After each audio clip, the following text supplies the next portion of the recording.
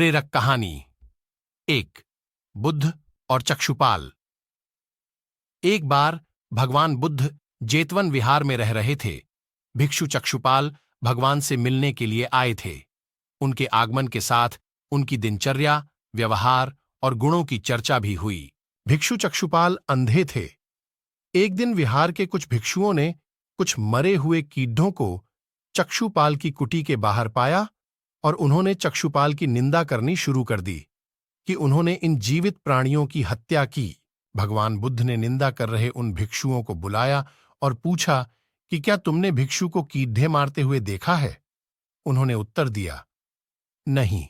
इस पर भगवान बुद्ध ने उन साधकों से कहा कि जैसे तुमने उन्हें कीड़ों को मारते हुए नहीं देखा, वैसे ही चक्षुपाल ने भी उन्हें मरते हुए नहीं देखा और उन्होंने कीड़ों को जानबूझकर नहीं मारा है, इसलिए उनकी भर्त्सना करना उचित नहीं है। भिक्षुओं ने इसके बाद पूछा कि चक्षुपाल अंधे क्यों हैं? उन्होंने इस जन्म में अथवा पिछले जन्म में क्या पाप किए?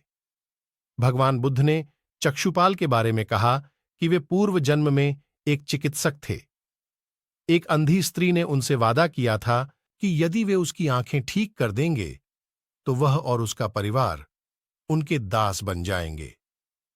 स्त्री की आंखें ठीक हो गईं, पर उसने दासी बनने के भय से यह मानने से इनकार कर दिया। चिकित्सक को तो पता था कि उस स्त्री की आंखें ठीक हो गई हैं। वह झूठ बोल रही है। उसे सबक सिखाने के लिए या बदला लेने के लिए चक्षुपाल ने दूसरी दवा दी। उस दवा से महिला फिर अंधी हो गई। वह कितना ही रोई पीटी, लेकिन चक्षुपाल जरा भी नहीं पसीजा।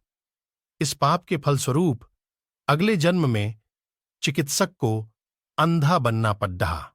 प्रेरक कहानी 2, परिश्रम और धैर्य। एक बार भगवान बुद्ध अपने अनुयायियों के साथ किसी गांव में उपदेश देने जा रहे थे। उस गांव से पूर्व ही मार्ग में उन लोगों को जगह-जगह बहुत सारे गड्ढे खुदे हुए मिले। बुद्ध के एक शिष्य ने उन गड्ढों को देखकर जिज्ञासा प्रकट की, आखिर इस तरह गड्ढे का खुदे होने का तात्पर्य क्या है? बुद्ध बोले, पानी की तलाश में किसी व्यक्ति ने इतने गड्ढे खोदे हैं। यदि वह धैर्यपूर्वक एक ही स्थान पर गड्ढे खोदता तो उसे पानी अवश्य मिल जाता, पर वह थोड़ी देर गड्ढा खोदता और पानी न मिलने पर दूसरा गड्ढा खोदना शुरू कर देता। व्यक्ति को परिश्रम करने के साथ धैर्य भी रखना चाहिए। प्रेरक कहानी 3, अमृत की खेती। एक बार भगवान बुद्ध भिक्षा के लिए एक किसान के यहाँ पहुंचे। तथागत को भिक्षा के लिए आया देखकर किसान उपेक्षा से बोला, श्रमण मैं हल जोतता हूं और तब खाता हूं। तुम्हें भी हल जोतना और बीज बोना चाहिए और तब खाना खाना चाहिए। बुद्ध ने कहा, महाराज, मैं भी खेती ही करता हूं। इस पर किसान को जिज्ञासा हुई और वह बोला, मैं न तो तुम्हारे पास हल देखता हूं, ना बैल और ना ही खेती का स्थल। तब आप कैसे कहते हैं कि आप भी खेती ही करते हो? आप कृपया अपनी खेती के संबंध में समझाइए।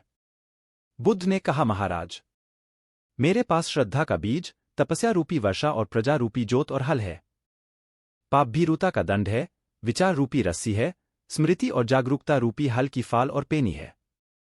मैं वचन और कर्म में संयत रहता हूं।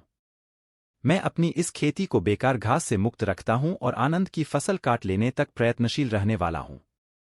अप्रमाद मेरा बैल है जो बाधाएं देखकर भी पीछे मुंह नहीं मोड़ता है।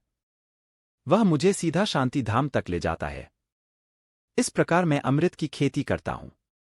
प्रेरक कहानी 4, दान की महिमा। भगवान बुद्ध का जब पाटलिपुत्र में शुभागमन हुआ तो हर व्यक्ति अपनी अपनी सांपत्तिक स्थिति के अनुसार उन्हें उपहार देने की योजना बनाने लगा। राजा बिंबिसार ने भी कीमती हीरे, मोती और रत्न उन्हें पेश किए। बुद्धदेव ने सबको एक हाथ से सहर्ष स्वीकार किया। इसके बाद मंत्रियों, सेठों, साहूकारों ने अपने अपने उपहार उन्हें अर्पित किए और बुद्धदेव ने उन सबको एक हाथ से स्वीकार कर लिया। इतने में एक बुढ़िया लाठी टेकते वहां आई। बुद्धदेव को प्रणाम कर वह बोली, भगवन, जिस समय आपके आने का समाचार मुझे मिला उस समय मैं यह अनार खा रही थी। मेरे पास कोई दूसरी चीज न होने के कारण मैं इस अधखाए फल को ही ले आई हूं। यदि आप मेरी इस तुच्छ भेंट स्वीकार करें तो मैं अहोभाग्य समझूंगी। भगवान बुद्ध ने दोनों हाथ सामने कर वह फल ग्रहण किया। राजा बिंबिसार ने जब यह देखा तो उन्होंने बुद्धदेव से कहा, भगवन, क्षमा करें, एक प्रश्न पूछना चाहता हूं। हम सबने आपको कीमती और बड़े बड़े उपहार दिए जिन्हें आपने एक हाथ से ग्रहण किया, लेकिन इस बुढ़िया द्वारा दिए गए छोटे एवं जूठे फल को आपने दोनों हाथों से ग्रहण किया, ऐसा क्यों? यह सुन बुद्धदेव मुस्कराए और बोले, राजन, आप सबने अवश्य बहुमूल्य उपहार दिए हैं, किंतु यह सब आपकी संपत्ति का 10वां हिस्सा भी नहीं है। आपने यह दान दीनों और गरीबों की भलाई के लिए नहीं किया है, इसलिए आपका यह दान सात्विक दान की श्रेणी में नहीं आ सकता। इसके विपरीत इस बुढ़िया ने अपने मुंह का कोर ही मुझे दे डाला है। भले ही यह बुढ़िया निर्धन है, लेकिन इसे संपत्ति की कोई लालसा नहीं है। यही कारण है कि इसका दान मैंने खुले हृदय से दोनों हाथों से स्वीकार किया है।